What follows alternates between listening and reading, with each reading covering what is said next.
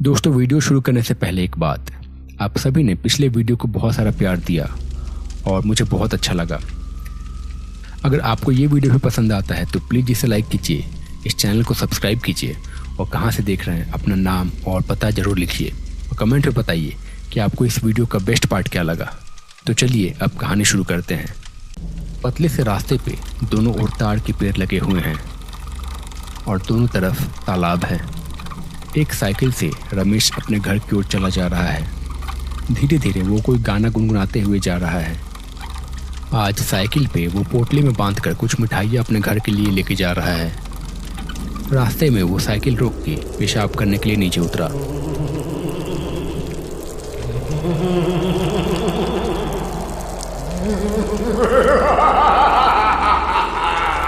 फिर थोड़ी देर में वो फिर से साइकिल पर सवार होके अपने गांव की ओर चल पड़ा।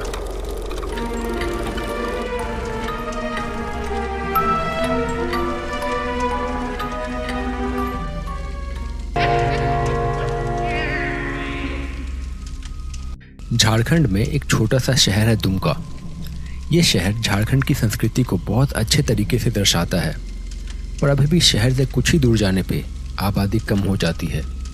लोग कम है, घर कम है, रास्ते खुले हुए हैं और आसपास जंगल है। ऊंचे ऊंचे ताड़ के पेड़ हैं और कहीं कहीं पे तालाब और पोखर भी है। दुमका के बाहरी इलाकों में भी कई छोटे बड़े मकान हैं, कुछ कच्चे तो कुछ पक्के। यहाँ एक शिव जी का बहुत ही प्रसिद्ध मंदिर है, बाबा शुमेश्वर नाथ। कई राज्यों से लोग यहाँ पे आते हैं दर्शन के लिए। यहाँ के लोग बहुत ही सीधे साधे हैं। बाहरी दुनिया की चकाचौंध से इन्हें कोई मतलब नहीं है। इनके लिए शाम को मिलके एक दूसरे से गप मारना और साथ में बैठ के चाय पी लेना, इसी में इन्हें खुशी मिलती है। एक शाम हरिया की चाय की टपरी पे नरेंद्र बाबू, समर और धीरज बैठ के चाय पी रहे थे। बारिश तेज हो रही है। इनका रोज का ही है ये। रोज ऐसे ही चाय की टपरी पे बैठ के तरह तरह की बातें और गप मारते रहते हैं ये। कभी बात होती है विज्ञान की, तो कभी पार्टी पॉलिटिक्स की, तो कभी अलग अलग तरह की फिलॉसफी। नरेंद्र चाचा ने कहा, अगर ऐसे ही बारिश होती रही तो धान की रोपनी अच्छी हो जाएगी।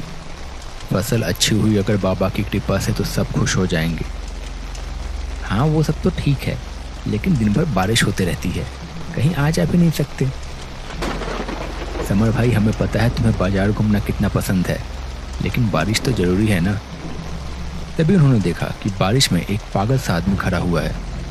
बाल बिखरे हुए हैं, कपड़े गंदे हालत में हैं। बारिश में भीगता हुआ वो उनके पास आया और उसने कहा, मुझे मिठाई खानी है, मुझे मिठाई दो, मिठाई दो, मुझे मिठाई दो,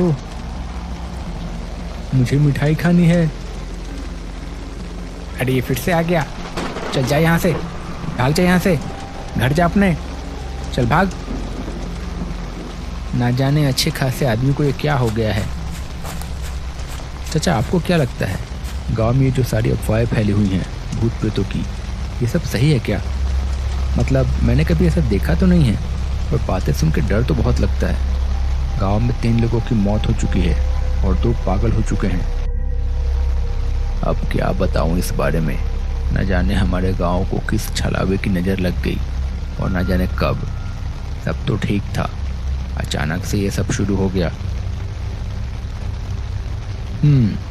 अच्छा, सबसे पहले किसके साथ होना शुरू हुआ था? सबसे पहले तो ये रमेश के साथ ही हुआ था। अच्छा खासा सही सलामत था, न जाने कैसे एक ही रात में पागल हो गया। बस यही कहते फिरता है कि मिठाई खानी है, मिठाई खानी है। फिर बोलता है मिठाई मत खाना।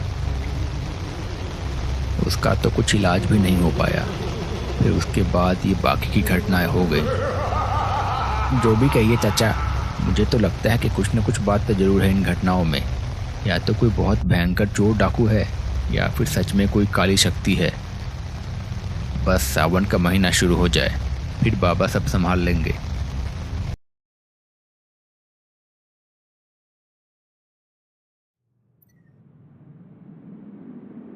आज तो कोई नहीं है घर पे, सब नानी के घर गए हैं। आज अच्छे से खाना बनाऊंगा और आराम से खाऊंगा। वाह, ये मिठाई तो बड़ी अच्छी लग रही है। पापा, पापा मुझे मिठाई नहीं दोगे? कौन कौन है वहां? गुड्डू, तुम यहाँ कैसे आ गए? और मम्मी कहाँ है तुम्हारी? और ये तुम लोग इतनी रात में नानी के घर से यहाँ कैसे आ गए और क्यों? पापा, पापा, पापा मुझे मिठाई दो ना। हाँ हाँ दूंगा बेटा। ए जी, मुझे नहीं देंगे मिठाई? मुझे मिठाई खानी है, मुझे नहीं देंगे मिठाई? अरे तुम, क्या सब ठीक तो है ना? क्या हुआ है? और ऐसे अंधेरे में क्यों हो तुम लोग? मुझे नहीं देंगे मिठाई? नहीं देंगे? नहीं देंगे तो मैं इसे खाऊंगी।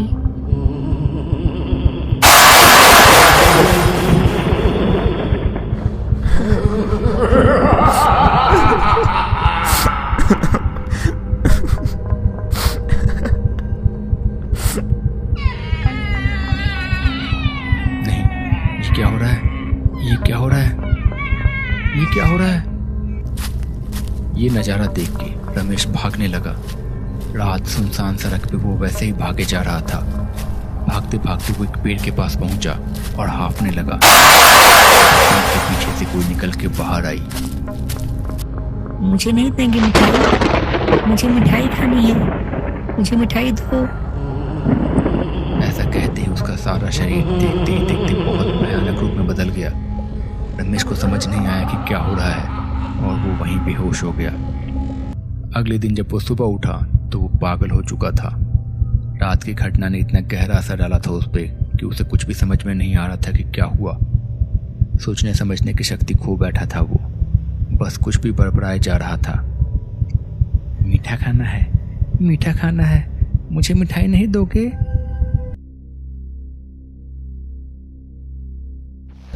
फिर इसी तरह कुछ देर बातें करने के बाद आखिरकार नरेंद्र चाचा ने कहा, अच्छा ठीक है, फिर अब मैं चलता हूँ। फिर समर ने कहा, चाचा मैं भी चलता हूँ, यहाँ से अकेले जाना सही नहीं है। रास्ते पे मंदिर की सरहद ख़त्म हो जाती है तो उसके बाद फिर बहुत सारी घटनाएं होती है, मैं भी आपके साथ चलता हूँ। अच्छा ठीक है, चलो साथ जाना ही ठीक है। ऐसा कह के दोनों उसी रास्ते पे निकल पड़े। रास्ते में वो लोग कुछ बात किए जा रहे थे। थोड़ी दूर में उनकी नज़र गांव के पुराने पानी की टंकी पे पड़ी। इस टंकी में अब पानी नहीं है। ये टंकी अंग्रेजों के ज़माने की है, ये बस ऐसे खड़ी है अब। उन्होंने देखा कि उस पुरानी पानी की टंकी पे कोई खड़ा था। चाचा, चाचा वो देखिए पानी की टंकी की ओर। इतनी रात को पानी की टंकी के ऊपर कौन खड़ा है? अरे होगा कोई दारू पी के चढ़ गया होगा। अब जब नशा उतरेगा तो ठीक नीचे आ जाएगा, हमें क्या। चलो चलो जल्दी चलो, अब रात बढ़ रही है। समर और नरेंद्र चाचा ऐसे ही उसे देखते देखते आगे बढ़ने लगे। तभी थोड़ी देर में वो इंसान ऊपर से नीचे कूद पड़ा। ये देख के दोनों बहुत घबरा गए। वो दोनों जल्दी से जाके वहाँ पहुँचे, पर वहाँ तो कोई भी नहीं था। चाचा ये क्या है? ऐसा कैसे हो सकता है? पता नहीं, और जो भी था ठीक नहीं था ये। जल्दी जल्दी घर चलो अब। एक तो बारिश की वजह से वैसे ही सब और खाली है। इसके बाद वो दोनों रास्ते पे आगे की ओर चल पड़े। धीरे धीरे वो लोग गांव के पास पहुंच गए।